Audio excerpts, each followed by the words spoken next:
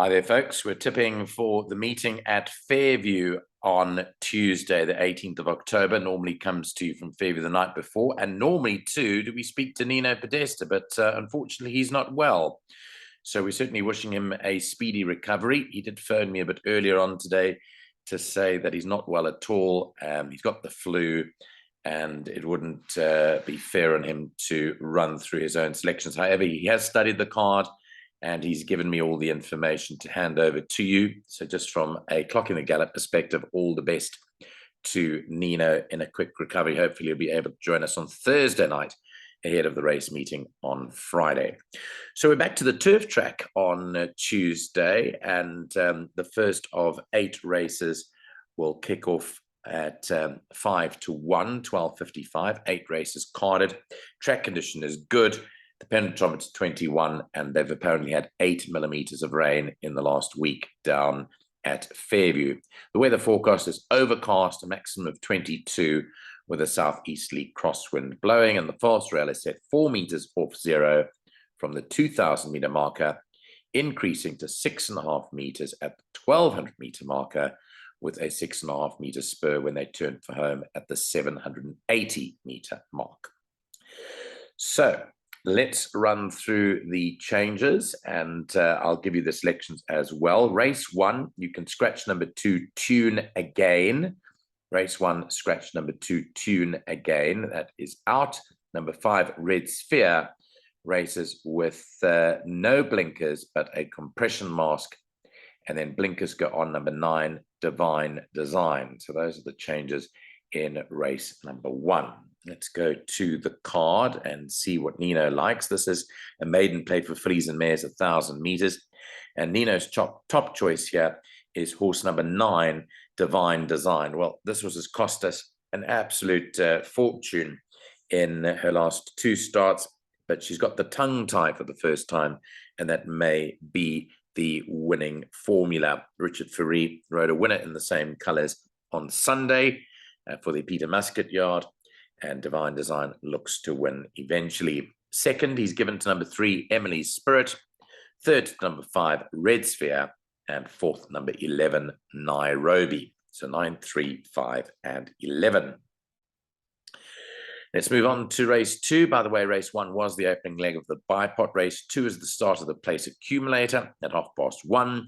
It's a maiden plate over 1,200 meters. Here you can scratch 2 horses, numbers 5, Horsey, who won last week, and number 6, Ships at Sea, non-runners. Number 3, VV Power, no blinkers and no earmuffs. For number 3 and number 1, Let Me Go, is now owned by Messrs. C. Mulu and S. Rampier. The colors are yellow and black, and that is as opposed to the previous colors that appeared in the card for him. That he's tipped to run second for Kelly Mitchley, a useful debut at the course last time out behind Globetronic, but he's tipped to run second again to this time number 8, Dreamt I Could Fly, from the Gavin Smith yard. First run in the province, the daughter of Silvano, very well bred, and Dreamt I Could Fly is now the mount of Samanga Kamala and wears blinkers for the first time. So number 8, Dreamt I Could Fly, is tipped ahead of number 1, Let Me Go. Third to number 4, Jackson, Mississippi, and fourth to number 2, Trump's Express. Let's go to the third race, the opening leg of the pick 6 at 2:05. It's a maiden plate, and it's over 2,000 meters. In race 3, number 8, Mansoraya, races without the blinkers, but with a compression mask on. Well, Mansoraya is the favorite for the Podesta supporters here.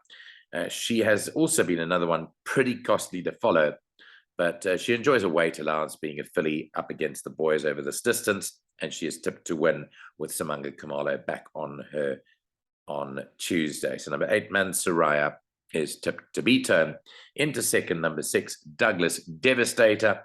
Third to number 1, Opening Ceremony. And fourth to number 5, Joe Harmon.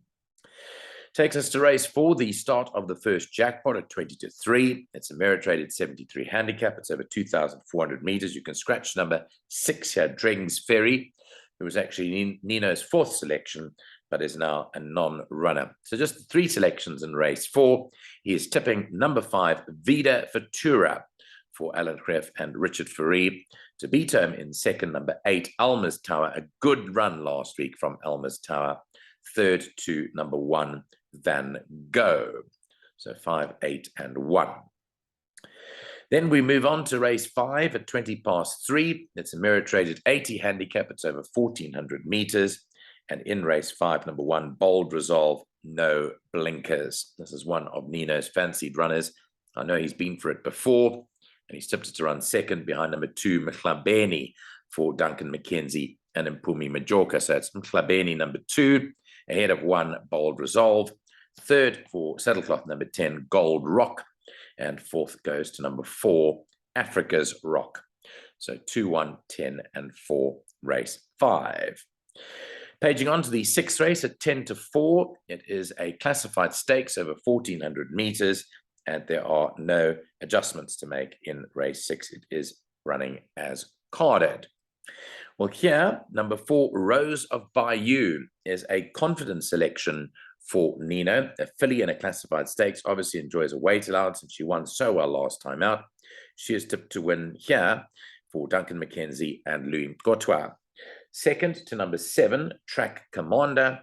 Third goes to number 3, that is Dammy. And fourth, number 1, Essos, for 731. And then on to the penultimate event at 20 past 4. Race 7 is a fillies and mares 90 handicap over the 1,200 meters sprint distance. Here, number 2, Sound Check, races without blinkers. No blinkers for number 2, Sound Check. I think that's the only change in race 7. The top choice here, the vote goes to number 8, Peach Daiquiri, after a very easy debut win, 8.5 lengths. Peach Daiquiri tipped by Nino to beat him into second, number 1, Ikoria, who has the weight allowance because of the apprentice rider, comes down to just 60 kilos. The third placing goes to number 5, which is Red Berry, and fourth to number 6, Stolen Kiss, 8, 1, 5, and 6. And then we move on to the 8th and last race at 10 to 5. This is a merit rated 60 at handicap, and it's over 1,200 meters as I get plunged into darkness tonight because of load shedding. In race 8, number 14, The Carpenter, a change has Alamites. Alamites going on number 14, The Carpenter, which is pretty interesting because it was always carded to Alamites. So I'm not sure where the difference is there. Anyway, Nino goes for number 6 to win it. Psychedelic Eric. In fact, this is his value bet for the day. Psychedelic Eric for Jean Nel and Louis Courtois. Second to number 9, Raise the Red Lantern. Third goes to number 5, Bethel. And fourth, number 3, Jean Paul. 6, 9, 5, and 3. Apologies for no elaboration on the selections, but as I said, I didn't study the card. Nino did, and he is unavailable, obviously, to chat to us this evening ahead of tomorrow's racing. Stand by, though. We've got his buy pot, and we'll confirm what his best bet and value bet are in a moment. So the buy pot numbers up on your screen, a relatively inexpensive perm. It looks like Nino thinks it's an easy card, so he's tipping it for just 18 Rand, the buy pot, 18 Rand. And obviously, you can take it multiple times, whatever suits your budget, but he thinks you can catch it for 18 Rand. The first leg, banker number 9, Divine Design. Banker the 8, Dreamt I Could Fly. 3 numbers in the third race, 1, Opening Ceremony, 6, Douglas Devastator, and 8, Mansoria. By 1, 5, and 8, which is Van Gogh, Vida Futura, and Alma's Tower. Then 1 and 2, Bold Resolve and Mhlabeni, and number 4, Rose of Bayou. That's 18 Rand for a full time, 36 Rand, obviously, for twice, and then 180 Rand for 10 times. Now, the best bet of the day comes up in race 6. It's number 4, Rose of Bayou. Such a good winner last time out, and Louis Courtois gets back aboard for the Mackenzie Yard, 3 to 1. That's the current price on a Monday night. You can get 3 to 1 about Rose of Bayou. The value bet comes up in the last race. It's 5 to 1 at the moment. And he says, snaffle that up early. You can back race 8, number 6, Psychedelic Eric. That takes care of our preview for racing at Fairview on Tuesday. I look forward to chatting to MX. He's on the hop again tomorrow morning. And in fact, I've just had a word back from him that he'll be ready and waiting for us quite early tomorrow. So looking forward to chatting to him. And that's it from the Clock in the Gallop team. Apologies for the shortened version of Nino's preview. And hopefully, as I said, he'll be back with us on Thursday ahead of Friday's racing there. From all of us at Clock in the Gallop, have a good Tuesday, and we'll speak again tomorrow. Bye-bye.